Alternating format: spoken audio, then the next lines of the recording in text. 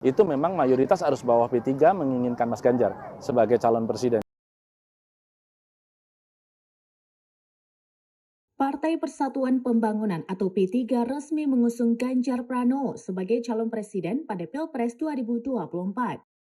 Pengumuman tersebut disampaikan oleh Pelaksana Tugas atau PLT Ketua Umum P3, Muhammad Mardiono pada Rabu 26 April 2023 di Kecamatan Pakem, Kabupaten Sleman, Daerah Istimewa Yogyakarta atau DIY.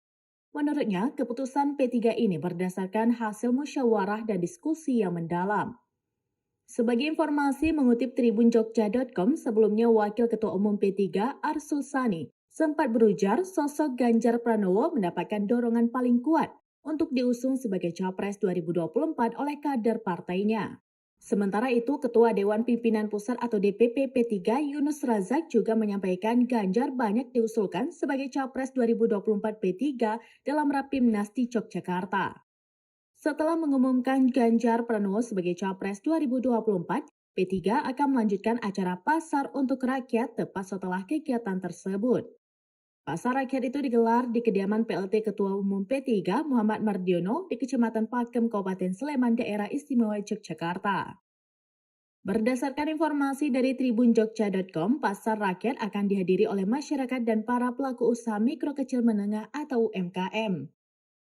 Terdapat stand angkringan, wedang ronde, dan lainnya yang dapat dinikmati secara gratis oleh masyarakat. Selain itu, ada beberapa komedian ibu kota yang akan menghibur masyarakat yang berkumpul di pasar untuk rakyat. Di antaranya adalah komedian Ginanjar, Daus Mini, Ucok Baba, dan Ahong.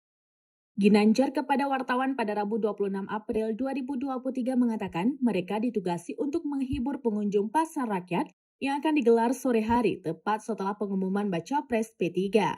Lanjut Ginanjar, ia mengaku tidak ada konsep khusus yang akan dibawakan dalam pasar rakyat nanti. Memang 38 Dewan Pimpinan Wilayah sudah menyampaikan pemandangan umumnya selama Rapimnas kemarin dan kesemuanya mengusulkan Mas Ganjar.